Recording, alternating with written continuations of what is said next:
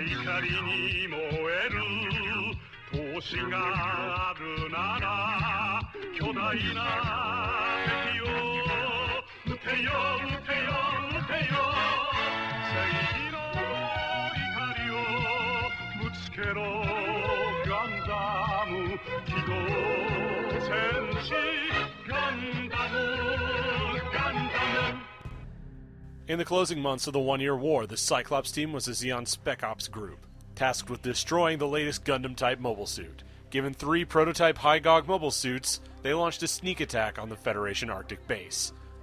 The Cyclops team was led by Steiner Hardy, and crewed by Gabriel Ramirez Garcia, Mikhail Kaminsky, and finally Bernard Wiseman once they reached the Libot colony. Another member, Andy Strauss, was killed during the initial attack on the Gundam shuttle. It became clear to Steiner as they began Operation Rubicon that the Cyclops team was expendable, as their superiors were planning a much more destructive assault on the Federation testing station. The MSM-03C High-Gog was a far cry from the original machine, and part of the United Maintenance Plan, like the Zaku FZ and the Gelgoog Jaeger. It featured better performance on land, stronger armaments, and an upgraded generator to make it a much more effective, fast-attack mobile suit. Of note was the completely rebuilt body, owing to the success of the original Zigok's design. Moving the beam cannons to the hands became a staple of underwater mobile suits from this point forward. However, even the upgraded machines weren't impenetrable, as Andy would unfortunately find out. The Zigok E was more of an update than an overhaul like the High-Gog, and featured more internal components from the United Maintenance Plan to make a better overall mobile suit. As with the other ones, by this point in the war, only the surviving ace pilots were given these machines, Steiner Hardy being one of them.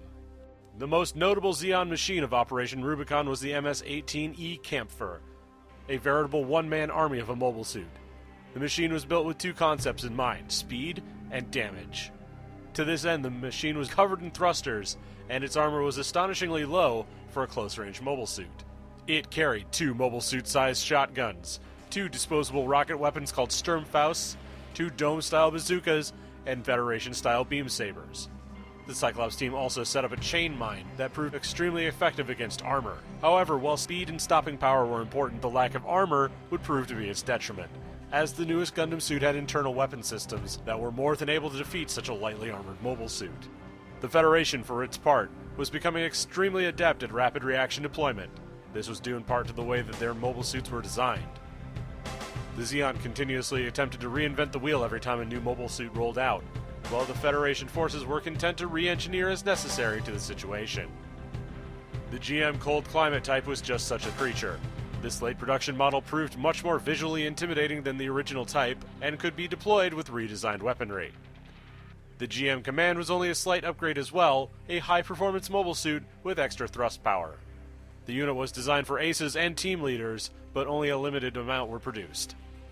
The GM Sniper 2 was built along the same frame, and was an exceptional suit for the time. However, sniper weaponry was still waiting to catch up with mobile suit technology, and the high-performance suit was often saddled with a baseline beam rifle for regular combat ops. Finally, the mass-production gun cannon sported lighter armor and re-engineered artillery cannons, and was entirely useless during the in-colony fighting of Operation Rubicon.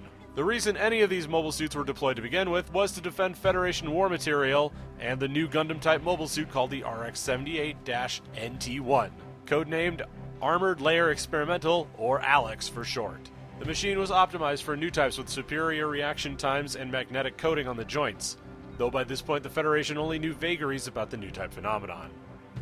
Christina McKenzie found the machine difficult to control at its full potential, though she was easily able to handle it against other baseline humans or old types.